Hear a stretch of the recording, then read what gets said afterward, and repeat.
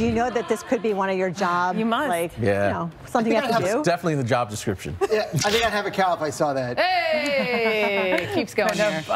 So I wonder, on that note, like in Florida, Jen, does that mean if you're a police officer, you have to like alligator be okay with wrangling, the alligators? We see it all the time, right? We'll have to like dissect which animal, which state is the the one that's like your nemesis. All right. Well, you guys carry on with that today. If you have some free time, you can think about that one. We will keep it going on America's Morning Headquarters. And here's a look at what's happening today. Well, good morning, everyone. We are here with you through the mid-morning hours to get you ready for all the big events in your life. That's right. The Weather Channel has you covered from coast to coast. And when we're looking at the wild difference between weather in the east versus the west, it is really going to be a tale of two halves here for us. Yeah, we're set up over the country over the next few days and even beyond. Very cold and snowy in the west and very warm, at least temporarily, in the south. Very beautiful in the east. You got a lot of good weather out there, but we do have some tough weather to get through. We're going to take you through that with today's big deal.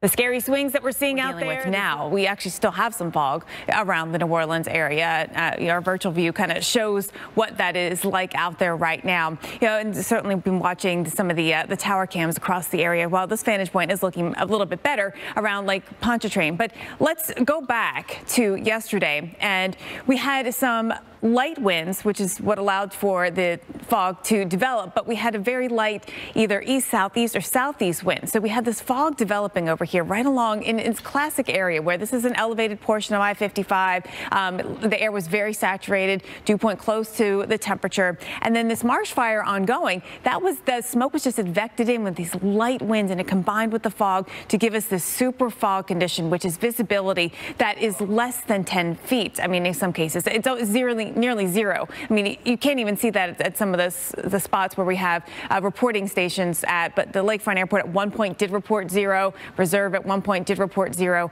So again, it's very difficult conditions when it comes to driving. When you get the smoke and fog mixed together, you can't see. You kind of lose a sense of what's where in terms of your speed. And if you don't have that car in front of you, you won't be able to see in enough time for stopping to have enough stopping distance. So visibility definitely gets reduced quite significantly in a case like this. We know that fog is dangerous. There's more than 25,000 crashes every year due to fog, and that leads to more than 8,900 injuries and 464 deaths. Fog itself is dangerous. When you get these super fog conditions, it's much, much worse, actually.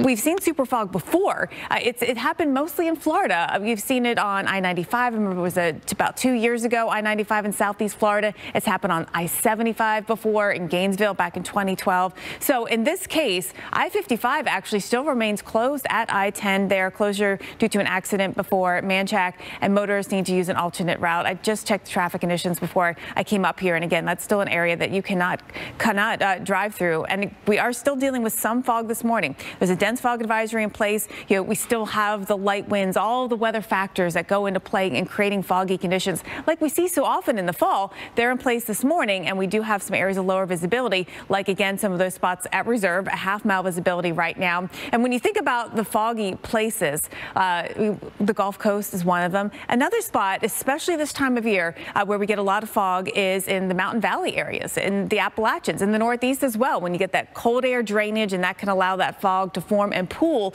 in some of those areas, sort of sitting down at the base of mountains. So be careful driving, especially this time of year, and just knowing that fog is a potential issue out there.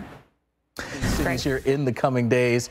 So we're going to kind of talk a little bit about that. And why not? Offer up some fun facts about these cities as well. How about we start off with Jackson. Mississippi to be exact, which is actually one of only four cities in the world that hosts this 2-week international ballet competition. Can you imagine Jackson, Mississippi? It's not what I expected. You wouldn't. Who knew? Now, you may be wondering what are the other three cities. I'm curious. You got Varna, which is in Bulgaria, Moscow, Russia, and Tokyo, Japan. Nice. Wow, and Jackson, Mississippi fits right into that. That's interesting. Who would have thunk it? Well, also in Jackson, Mississippi, it happened in 1963. The first human lung transplant took place at the University of Mississippi Medical Center in Jackson. What a history. Yeah. Holy Full cow. of history, yeah. Wow. Look at that Jackson, forecast. look at that forecast. It's going to be hot. This is summer heat. Yes, 90 degrees. And there's a reason why we picked these two Jacksons, because the weather is extremely different. Yes. There's a front somewhere in between the two. Don't say, I'm going to fly to Jackson, and then all of a sudden you're packed for this Jackson, and you end up at the other Jackson. Right. It happens all the time. Know your Jacksons. Yeah. Know your Jackson. I love it. Wait, is it Jackson or Jackson Hole for Wyoming? This was a question I was like, wait a minute, because we always say Jackson Hole. Yeah. But there's two different things. Well, Wait, it's both. so which is it? Well, that's it. It's two different things. The answer is, well, Jackson. Who's on So Jackson just refers to the town of Jackson, which is actually the southern end of the Jackson Hole Valley. Jackson Hole, that refers to the entire valley, which is approximately 60 miles long. So they're two separate things. So in the Venn diagram of this Jackson, Jackson fits inside Jackson Hole.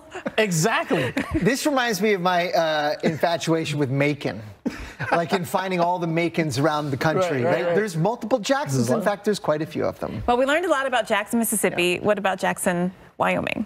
Well, actually home to the world's longest running Western shootout.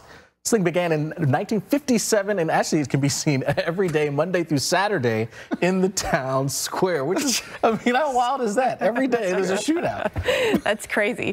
All right, well. Probably don't want to shoot out on Thursday because it's going to be a snowy time out there. Look at that forecast. Not just the snow, but how about that low temperature? Ooh, yeah, just noticed. Sunday morning. 8. Yeah. Oh, boy. So which 90? Jackson do you? Yeah, I want the 90 Jackson. Maybe, Alex, you'll take the 8 Jackson. I'll take the, that's cold. I'm back in my ballet slippers and going to Jackson. Well, we're all going to Jackson. All right, sounds good. Well, let's go back to our question of the day. We can go down the rabbit hole here. I can never remember the difference. It's like the way they can poke their heads out and right. I don't know. You guys, we got the weather for you. We're here with you through the mid-morning hours with your weather to get you ready for your big events in your life. That's right. The Weather Channel has you covered from coast to coast. And I tell you, when we're looking at the wild difference between weather here in the east versus the west, it is going to be very wild indeed. Now, right in the heartland, you can see it's going to be wet and stormy. But look what shows up. How about some snow? Significant, not just mountain snow. Not just mountain snow. That rain in the middle of the country, that's the dividing line. That's the front between the warm air in the east and the Arctic air in the northern plains in the west. This is our first Arctic outbreak, you can call it, of the season. Now, it's not as cold as in January and February, but still way below average. It's pretty cold. It's cold enough. Meanwhile, in the east, we've got a sprawling high pressure. You see the absence of anything. We don't have any rain, no snow in the east for a few days, thanks to this big sprawling high pressure, because this is slow to move east. So we get to enjoy some sunshine for a while there. Yeah, wow. All right. Well, today's big deal, the scary swings that we're